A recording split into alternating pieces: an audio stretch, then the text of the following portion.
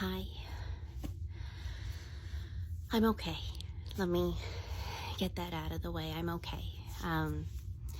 I so appreciate everybody's well wishes and concern, and I so wanted to post another picture saying no video, but another part of me was like, I don't want to do that. I don't want to get in that rut and routine, because with how I'm feeling, I know I easily could.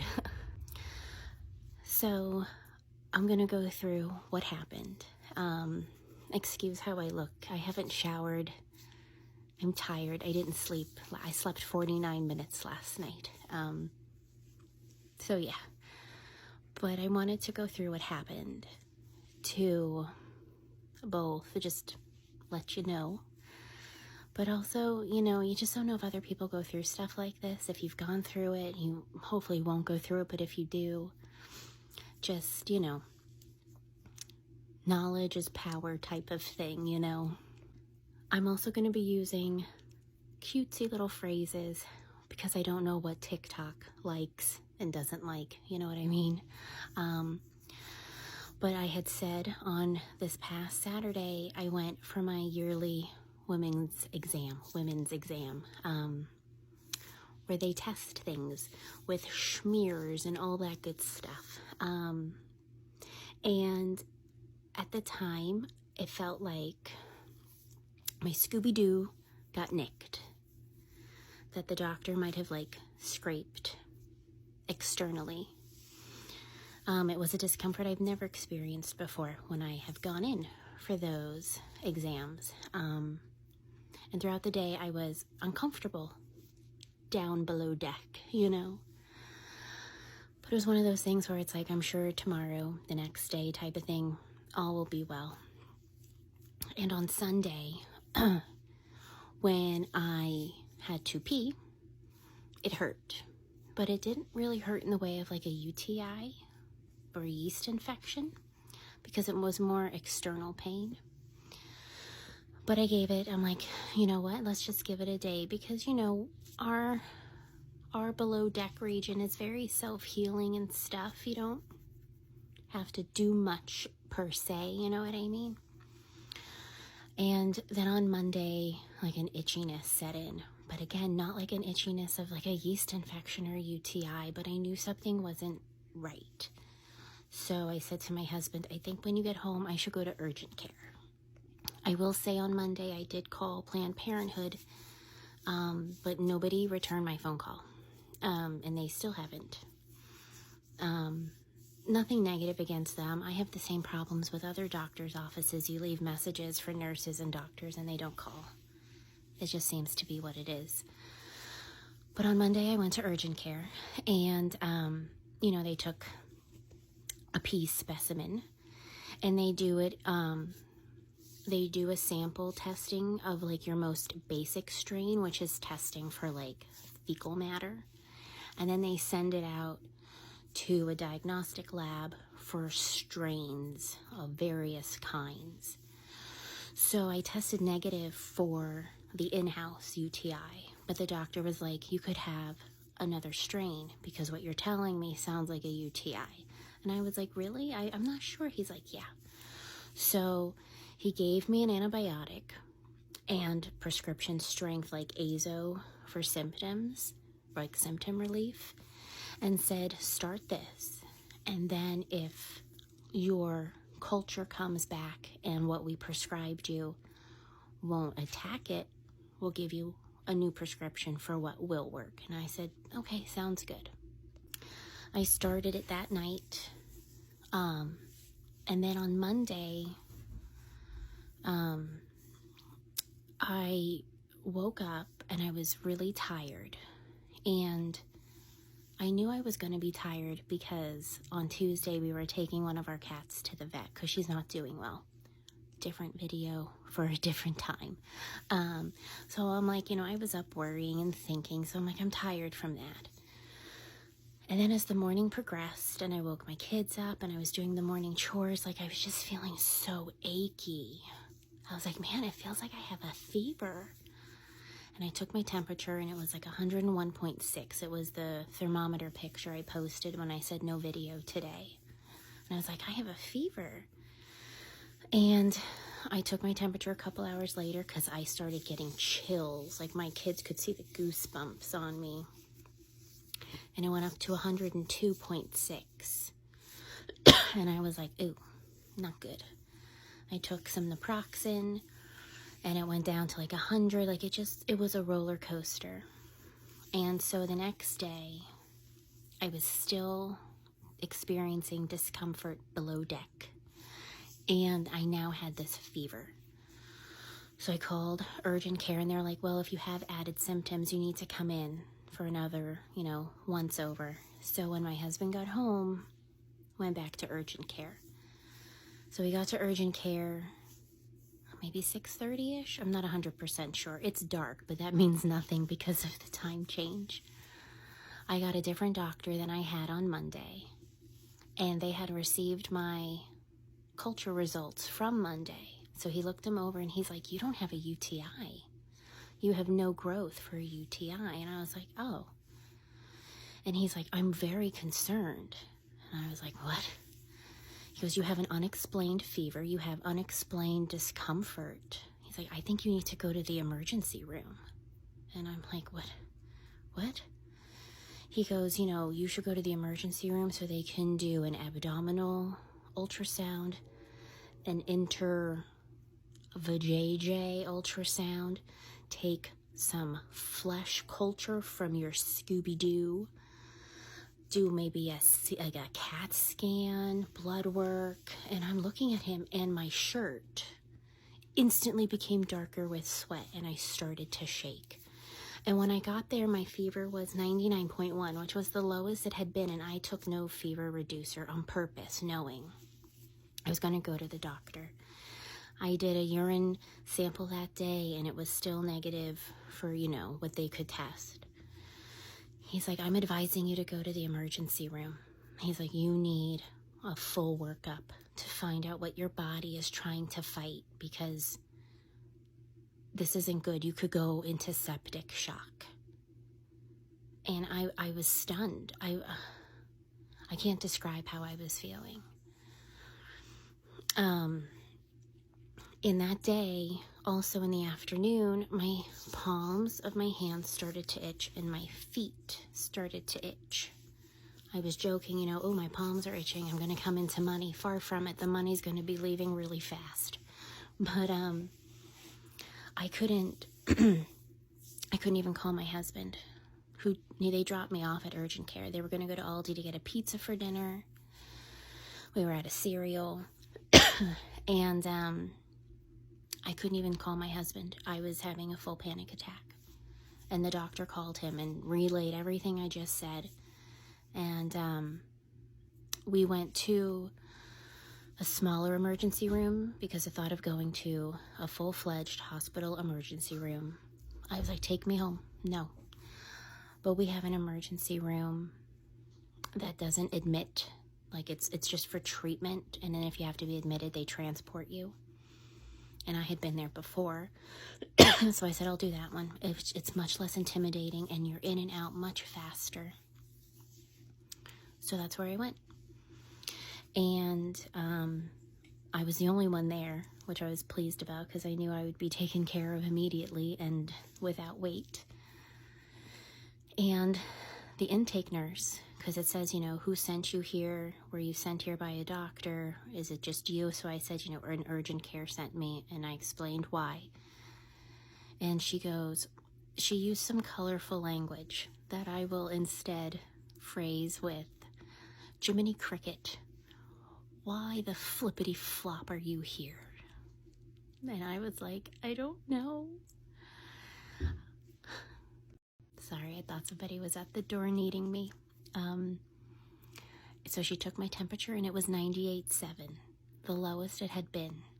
She's like, you don't have a fever. I was like, I don't know what to tell you.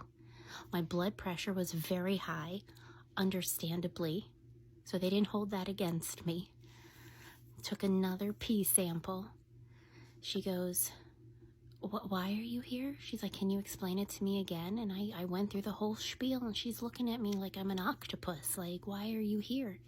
She's like, okay, let's take you back.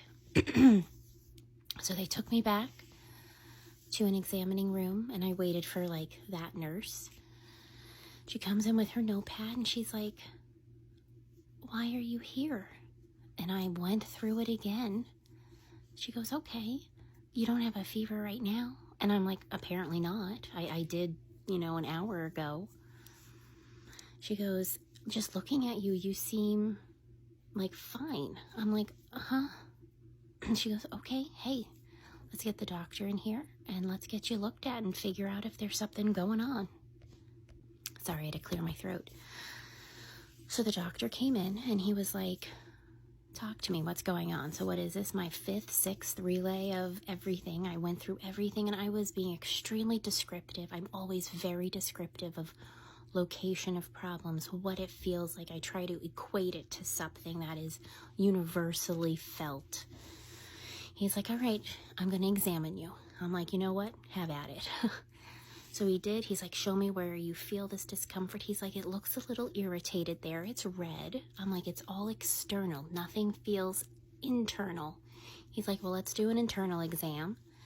He took some samples of some Scooby-Doo flesh.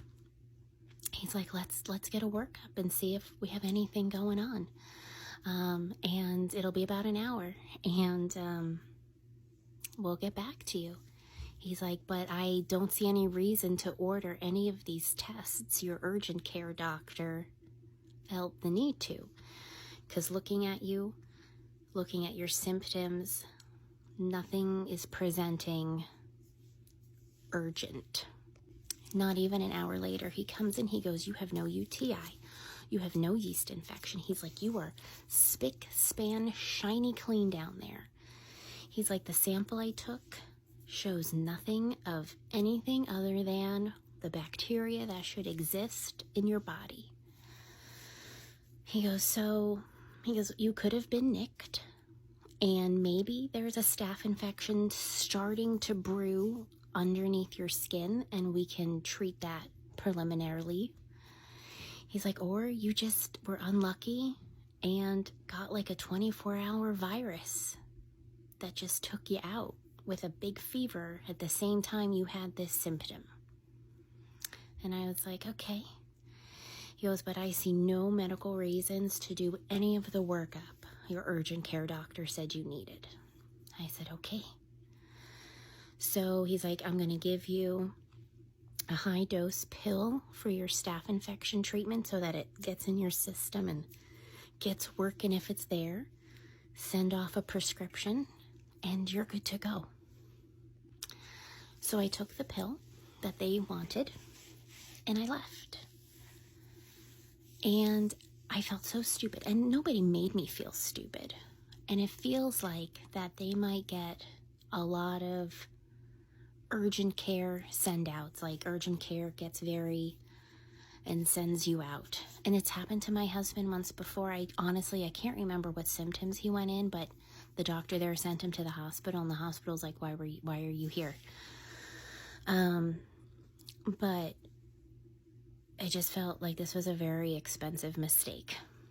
And I know taking care of your health isn't a mistake, but I'm like, I want to give urgent care this ER bill that's going to come our way. Try not to think about it. But the story doesn't end there. Within like 10 or 20 minutes of taking the high-dose staph infection pill, my feet and hands started to itch 100 times more than they did. Like excruciating on the drive home. And when we got home, it was like maybe almost 10 o'clock. And I immediately just collapsed on the couch. My kids fell asleep. When I awoke at midnight, my husband is still cleaning up the house and getting things, wound down. My feet and hands, they were like, there was no way to describe the itching. Like, I've never felt it before. And then randomly patches of my body would start to itch. Then I was like, I'm getting in my pajamas. I'm like, I'm going to bed for real. Brushed my teeth, got in pajamas.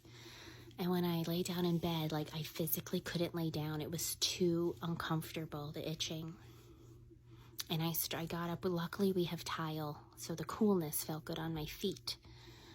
And I started pacing, and, like, I couldn't stop moving my body.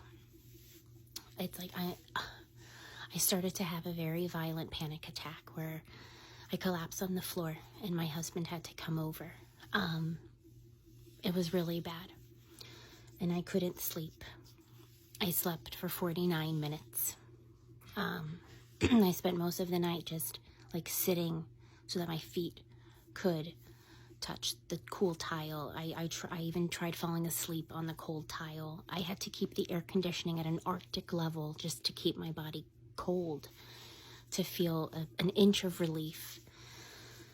And as we speak, I'm still excruciatingly itchy. And we looked up, and both of the medications for the UTI and the staph infection can cause itching with or without a rash, and itching with or without swelling of the tongue, hands, and feet, both of them. So probably when I added in that high dose staph infection on top of the UTI medication, my body just went and my husband just got off the phone with the pharmacist, because right now I am absolutely in distress, depressed. Like, I feel absolutely out of control of my body. Like, it gets so bad, like, I start to dry heave. And the pharmacist was like, I've heard of people having this type of reaction to these medications, but it's not common. And if something is not common, I'm going to get it. So it could take another 24 to 48 hours before everything is just out of my system. And in the meantime, like cortisone cream or Benadryl. So I'll be getting that tonight. The cortisone cream. I don't want Benadryl. I don't want to be in a coma. I can't be. I'm already, like, not doing anything but keeping everybody alive at the barest of minimum. And my husband has so much to take over when he gets home. But this was an extremely, I don't want to say traumatic. I don't want to be dramatic, but it was traumatic, because I told my husband, if they say I need to go to a doctor for my hands and feet, I'm not going. I can't do this again. I can't do this again.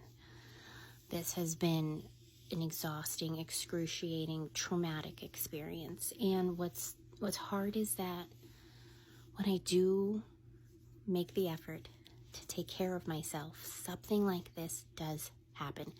Not to the extent of being sent to the ER, but I'm given incorrect prescriptions, or I'm having allergic reaction to prescriptions, or I'm misdiagnosed. It's really been difficult for me. So to make the effort to try to take care of myself or to help myself, and then for this to happen, is hard. And all this to say, I still don't have my results from my Planned Parenthood exam. That was a nice distraction from waiting for those. So yeah, that's what happened. And I don't even know what I want to say. But I feel like my urgent care doctor last night was treating this like a house episode. And I felt like maybe he wants to be an ER doctor. And he just took this opportunity to really have at it.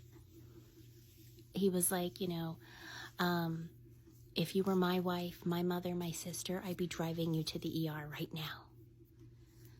Okay. So that's what happened. At the end of the day, I'm not really sure what was wrong, but I do know these medications are wrong, and I'm going to be hit with an ER bill now.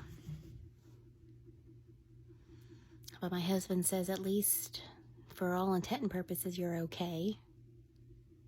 Sure, but this, we're adding this to my wheelhouse of panic and anxiety with taking care of my health. So that's the story. All right, I'm going to go out to the living room, and I think I'm going to lay on the tile for some coolness. But again, thank you for your well wishes and your concern, and I'll do a separate video about our cat. Just not ready. Okay. I hope you're doing well, and I'll talk to you later. Bye.